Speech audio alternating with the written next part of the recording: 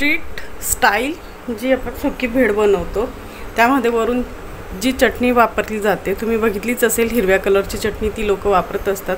तर ती चटणी आज आपण घरी बनवणार आहोत आणि त्यासाठी इथे मी साहित्य घेतलेले आहे। एक ते 1.5 मूठ कोथिंबीर घेतलेली आहे, जवळपास 1 कप कोथिंबीर आहे।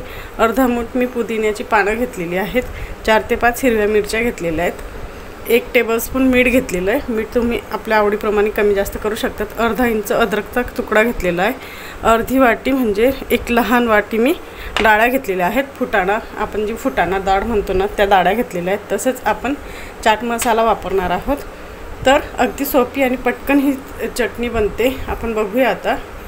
इथे मी मिक्सरच्या भांड्यामध्ये कोथिंबीर टाकून घेते, डाळ्या टाकून घेऊया।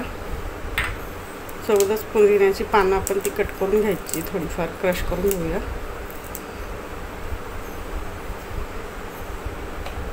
हिरव्या मिरच्या टाकून घ्यायच्या,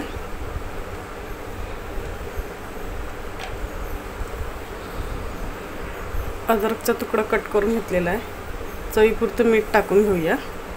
आणि आता आपण इथे टाकूया 1 टेबलस्पून जवळपास चाट मसाला। इथे मी 1 टेबलस्पून चाट मसाला टाकून घेतला। आता हे सर्व साहित्य आपण मिक्सरमधून बारीक करून घेऊया।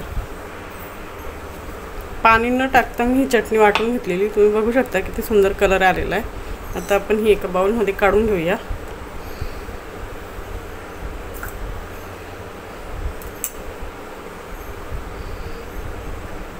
आपली जी आहे भेळ बरोबरची सुकी चटणी तयार झालेली, म्हणजे भेळ तयार करण्यासाठी लागणारी सुकी चटणी ही पाणी न टाकल्यामुळे खूप छान अशी झालेली आहे। आणि तुम्ही हिला 1 ते 1.5 महिना सहज स्टोर करू शकतात फ्रीजमध्ये ठेवून।